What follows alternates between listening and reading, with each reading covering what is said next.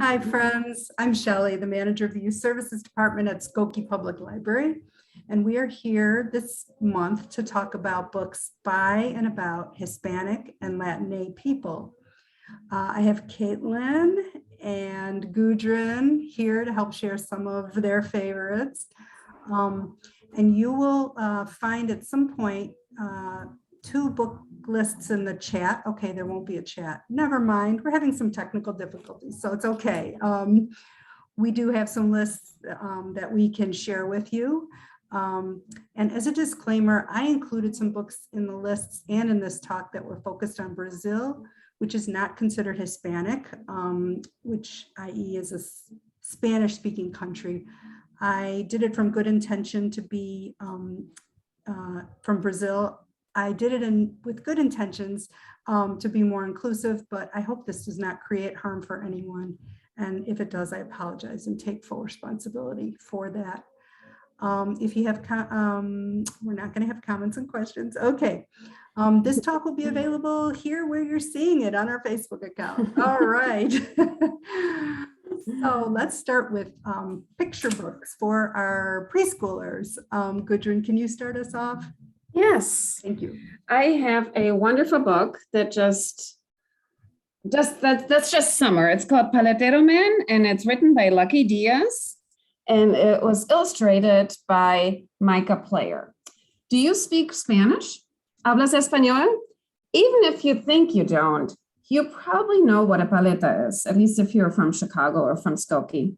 Paletas are yummy Mexican frozen treats that come in so many different flavors. It's hard to pick a favorite. The Paletero Man is the vendor who is pushing the paleta cart, or he's riding the paleta bicycle around town to all of kids' and families' favorite summer spots. Do you have a paletero or a paletera in your neighborhood? Well, this book takes place on the hottest day of the summer, and the boy in our story wants nothing more than a paleta from his favorite paletero. He grabs his dinero, his money, and he runs to catch up with Paletero Jose. He has to run because you just never know how fast the tastiest flavors will sell out. And here he is, pushing his cart full of cool, yummy treats. Bailando, he dances to mariachi beats. He has dozens of flavors. I can already taste. Will you have my favorite? There's not a second to waste. On his way, as he runs through the neighborhood, he is greeted by so many of his friends in the neighborhood. Tio Ernesto, the tamale man, Ms. Lee, the Korean barbecue lady, and many more. But there's no time to stop for a chat. And the question remains, will he get to Paletero Jose in time? Will he have his favorite flavor? Chocolate, elote, sandía o fresa, arroz con leche, miel o cereza? Can you hear his call? Paletas for all, paletas for all. I love this vibrantly illustrated rhyming story that feels like the best days of summer in the neighborhood I would really love to live in. A city that's filled with children, with music, and people who genuinely care about each other. Paletero Man. Now I really want ice cream. I know. I couldn't decide between all those flavors. Yum. I don't know about the elote flavor. That does not sound yummy, but you know, I heard there's mac and cheese ice cream too now. So There is mac and cheese ice cream. And I'll bet there are some people who love it. Yep. Okay. My next one is called Carmela, Full of Wishes, and it's written by Matt de la Peña and illustrated by Christian Robinson. Carmela is celebrating her 7th birthday, and she loves the candles and her pancakes for her birthday breakfast. She doesn't think she needs to make a wish, since her wish has already come true. She is now finally old enough to go on errands with just her big brother. The two of them set out on an adventure, Carmela with her scooter and her brother pushing a metal shopping cart with their laundry. And as they're going, Carmela stops because just outside the laundromat, there's a dandelion growing between the concrete weeds. She pulled a breath and she was just about to make a wish. Did you even make a wish? You're supposed to make a wish. Everyone knows that. Of course I made a wish, she told him, but it was a lie. She had not made her wish yet. And she doesn't really know what to wish for. There are so many things that she could wish for. And I love the way this book is set up, and the way we learn about Carmela's wishes is through beautiful traditional Mexican papel picado.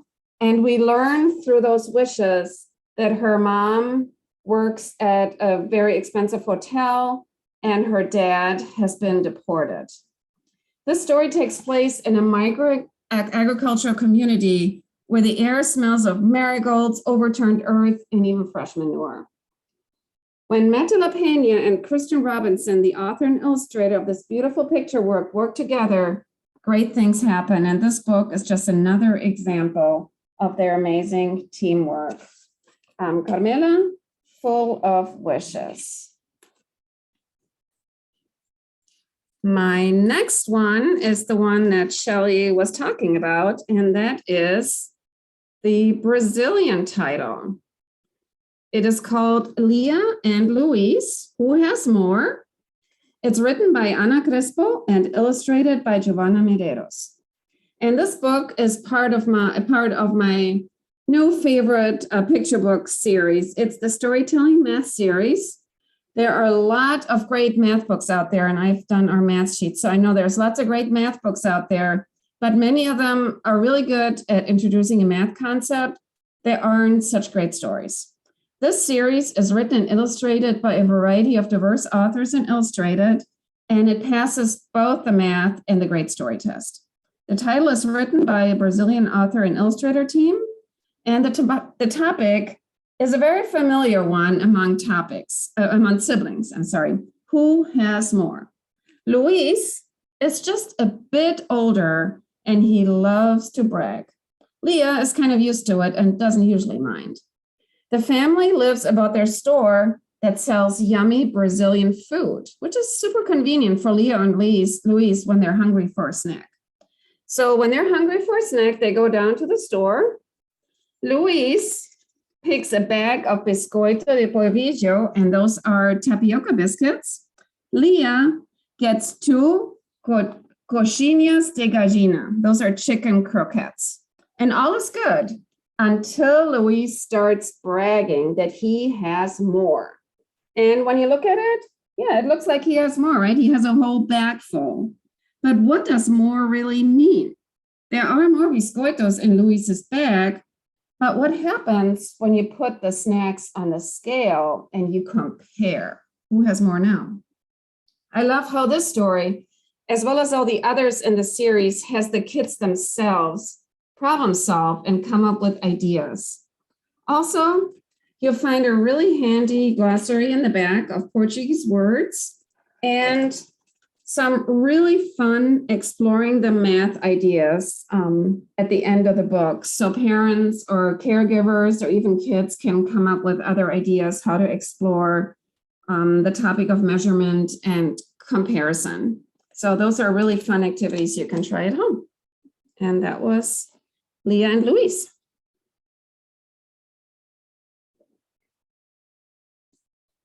Shelley, you're muted. Thanks, Gudrun.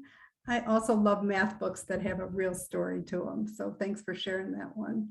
Do you have any more for the littles, the pre-Ks, or? Oh, now you're muted.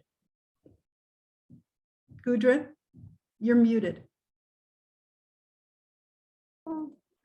My next one is for kids that are just a little bit older, that are learning to read. It's in our easy fiction section, but really it could just be it could also be in our graphic novel section. It's a super fun book. that is called Training Day. It's written by Raul III, and the colors are by Elaine Bay. El Toro is a luchador, a wrestler. And he wants to be number one, el campeón del mundo, the world champion. But does he want to train, put in the hard work to make this happen? Not really. Toto is a bit lazy. Lying in bed feels really nice, and getting up seems way too hard. But fortunately, there is master trainer Cookie Dookie, his rooster trainer, who is determined to get Toto into the best shape ever. Cookie Dookie, though, is not really welcome at El Toro's house.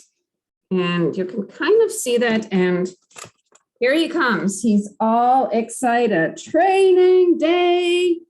But what does he hear from El Toro's house? Go away. Vete. If he gives it to him straight, though, he walks right in and he tells him if he doesn't train, there is no way for him to beat the Wall, the undefeated champion of the world. What do you think? Will Cookie Dookie find a way to convince El Toro? A real luchador has to be quick on their feet, have a good grip, know how to do somersaults, of course, be good with their senses, have super strong arms, and last but not least, have patience. Cookie Dookie has come up with the perfect training program, but will El Toro listen and work hard? So find this in our easy fiction section and consider it kind of like a graphic novel. There are lots of Spanish words in here, but the way they've done it, even for beginning readers, it's really nice. All the Spanish words are in purple, so it's easy to for kids that are just learning to decode. And you do not have to know Spanish to get the story. It's really easy. I think this is a perfect book for kids who've loved Elephant and Piggy, who like silly and fun and dialogues. It's a really fun series. Gudrun, it's a series, right? Yes, it is. My first grader. I think there are two now. Loves it. Yeah, there's two. My first grader. There are two. So yes. funny. Yes. Fun. I'm so excited. Yeah, the next one's called Tag Team. I'm excited to see more if there's more coming. Thank you, Gudrun. I have a couple of picture books that I'd like to share. The first one is Bright Star, and it's by Juji Morales. And I'm showing you the cover. This gorgeous picture book begins as an ode to a newborn baby deer, and it takes place in the area in the Sonoran Desert, right along the border between the United States and Mexico, with very few words and really gorgeous pictures. I'll show you the first page. And there's the newborn baby deer being born, just born. Breathe in, breathe out, hermosa criatura. Child, you are awake. With so few words, this book touches on so many important and heartfelt topics: love, family, feeling safe, creating safety for ourselves and our communities, speaking out about injustice, connection with family, community, and the natural world, and immigration. Morales tells us to imagine a new story, to imagine the most beautiful world. And as you can see, it's just stunning. This is not just a picture book for very young kids. Families can use it, teachers can use it to spark discussion, to inspire, and to bring out, real stories about real people.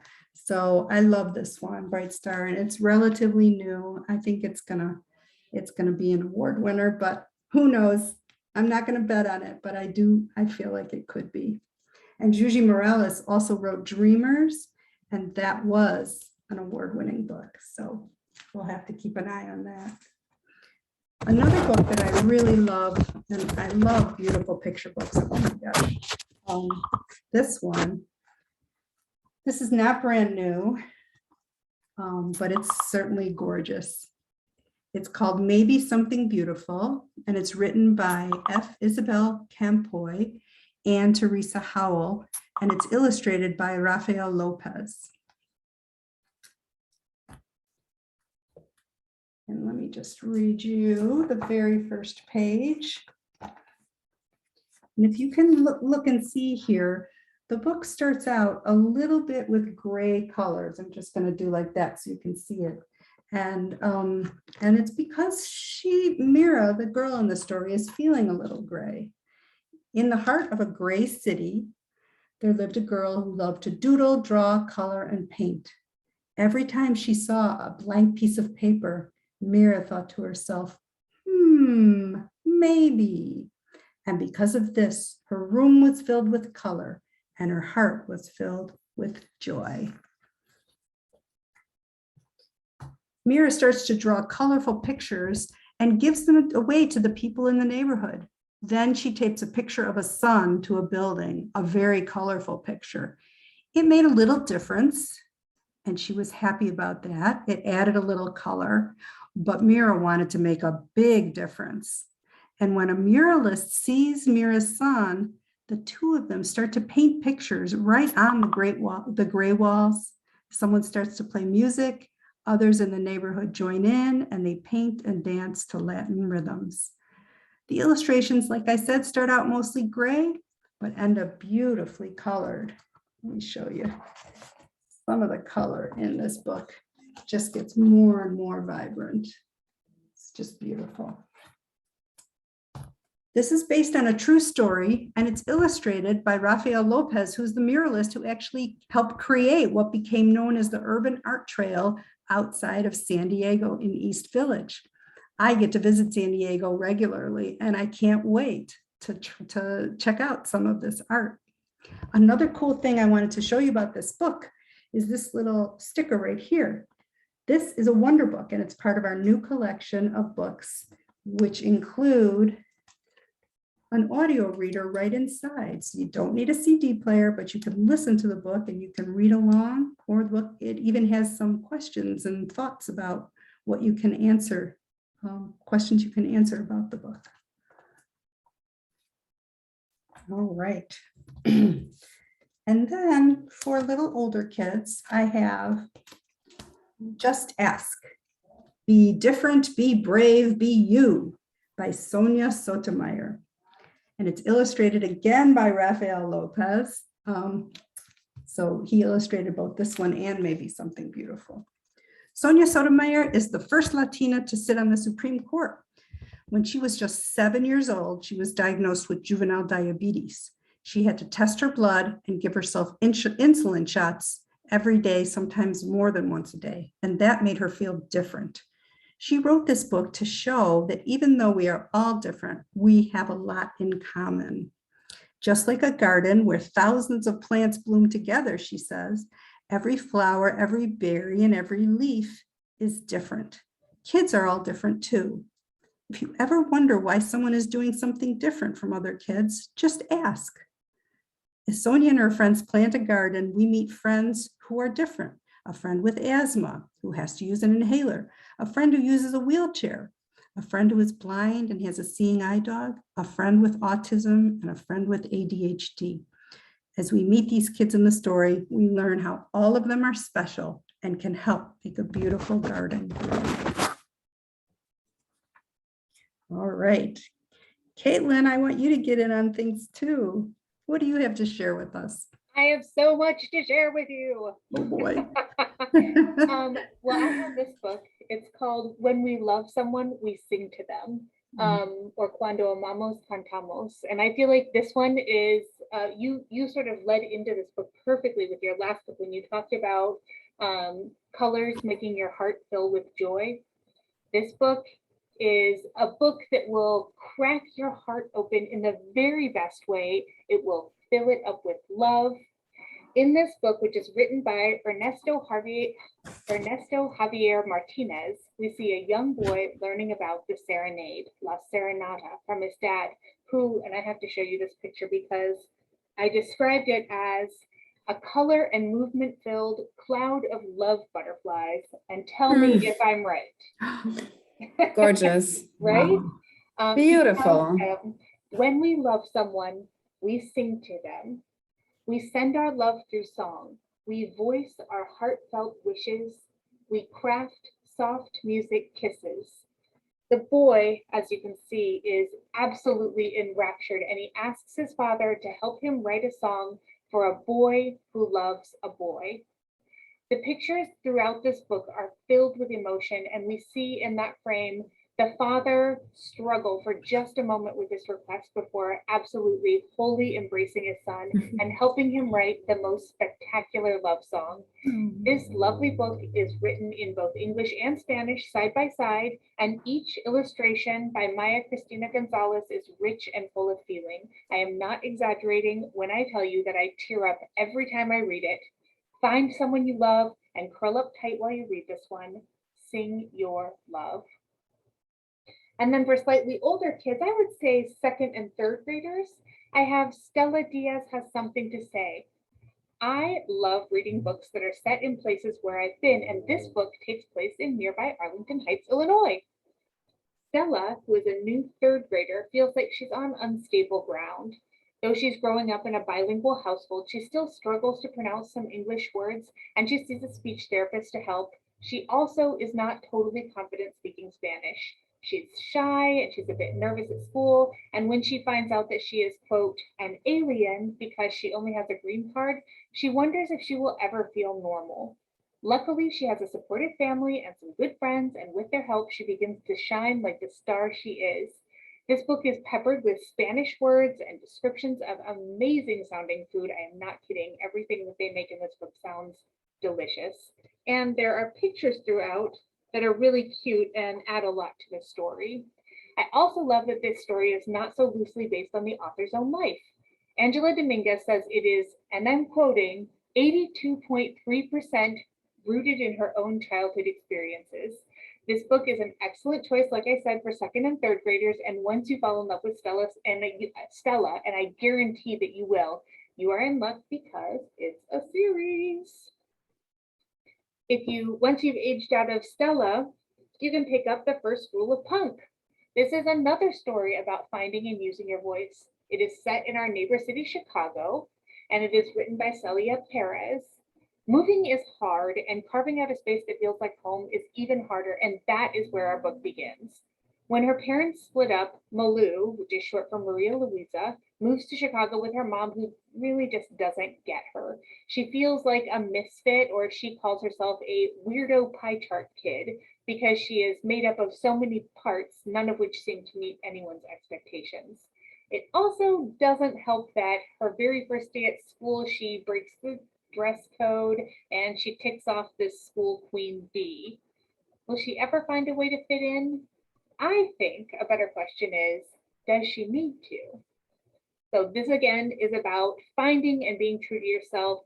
It's about using your voice to speak out and to sing loud. It is a fun and empowering read. And my favorite part is that throughout the book, Malou makes zines, which are basically do-it-yourself, super personal scrapbook magazines that are about anything that you're into. This means that us readers get to learn how to make them too. So grab this book and some art supplies and get ready to have a great time. The next book I have is maybe, I'd say the same age group, like 4th through 6th graders. It's Loteria. This book has descriptions of bustling markets, of scorpion bites, of sumptuous food, of lush otherly worlds. Each description in Carla Arenas Valenti's amazing Loteria pulls you into the landscape and makes you feel like you are right there, for better or worse, with the characters. So this book begins with the figures of life and death playing their annual game of Loteria, which is a game that's a little bit like bingo. In this book, I really like that in order to place their bean on the little the Loteria card, which looks like a bingo card, they have to answer a riddle to decode where to put the bean. So it's really fun to hear those riddles too. This year, life and death are playing for the fate of a brave girl named Clara. While their game plays on, swirling with philosophy and riddles, Clara has her own problems. A tragedy forces her to follow her cousin into another world. the mythical kingdom of Las Posas, where nothing is as it seems, where danger lurks around every corner and every choice, good and bad, has a consequence. There is so much to love about this book, and illustrations that are by Colombian artist Dana Sanmar enhance the gorgeous writing. At one point, I was reading this book and I turned to my husband and I said, it's magical realism and deep philosophical inquiry for kids. And in fact, I went back and read the author's note, and it says, Carla Arenas Valenti writes stories for and about children, often focusing on philosophical questions and magical realism. Nailed it! This book is wonderful. It is perfect for deep thinkers and adventure lovers alike. And the last book I have, which I think is perfect for middle schoolers, is called Marcus Vega Doesn't Speak Spanish. I love a book with a complicated hero and a ton of heart, and Marcus Vega Doesn't Speak Spanish by Pablo Cartaya is all of that. At just 14, Marcus is 6 feet tall and 180 pounds with a mustache. In some ways, he can use his height for his size for his, I cannot talk tonight. In some ways, he can use his size to his advantage, like running a lucrative protection business. Now, taking money to protect kids who are being picked on is arguably a little morally questionable, but what if I told you that he secretly puts the money that he earns into his struggling single mom's cash jar? The downside to his size is that people are afraid of him, including some adults. After he gets suspended for fighting, I know it's not good, but what if I told you it was because a really mean kid called his beloved brother a horrible name? All Marcus really wants is to see his absent father, and when his mom plans a trip to Puerto Rico to visit his father's relatives, he thinks he will finally get his chance. Like everything else in this book, it's complicated, but the love and the sense of community that he finds in Puerto Rico is not. This is a lovely, rich story with complex and relatable characters. Give it to any middle schooler who loves great realistic fiction with characters that you will absolutely fall in love with. And that is all I have. Thank you, Caitlin. And that's a good lead into to another superhero book. And this is Miles Morales' Spider-Man. So I'm a big Marvel fan, and I only really knew about Peter Parker as Spider-Man. But this is a great Spider-Man story written by the amazing Jason Reynolds. And in this one, Miles is 16 and he's facing all the challenges that high school brings. In addition to the usual challenges, he's dealing with being half Black, half Puerto Rican. He's a scholarship student at a private Brooklyn school. His parents are struggling to pay their bills, and his best friend, Genki, often gets him into trouble, both of them into trouble, and he's the one who has to get them out. Miles is struggling to do well in school, which is especially hard in history class, where Mr. Chamberlain seems to romanticize the Civil War, the Confederacy, and even slavery. It's hard to take. Balancing this with trying to be a superhero on the side. And on top of all that, his spidey sense seems to be malfunctioning. He's worried that because his father and uncle had been involved in some not so legal things when they were younger, that he doesn't deserve to have superpowers. This story goes deeper than a mere superhero plot, with well-rounded characters, realistic family struggles, and Miles struggling with who he is and who he wants to be. This lifts the book from a mere good versus evil story into a higher story, a larger story about race, economic inequality, the prison system, all while telling a really good tale. Did I get everybody's books? Did we miss anyone? Nope, got them, okay. So hopefully we showed you some books from the youngest to the middle schoolers, and I'm sure you'll find something there that will that you will like. Thanks to everybody, and to our to Lina, our helper with the video and the Facebook, and Gudrun and Caitlin, who are awesome. You can find these and many of our favorite kids books on some lists that we can help you find. We also want to tell you about special book match for kids. So you know yourself or your kids best, and we know the books. Fill out a book match for kids request, and it's a perfect match. We'll put together a personalized list and email it to you. And if you go to skokielibrary.info and look under books and movies, you will see Book Match for Kids under there. We'll be back next month, November 10th, the second Wednesday of the month at 6:30, and we'll be talking about books created by and about Indigenous people. Thank you so much, friends. Bye.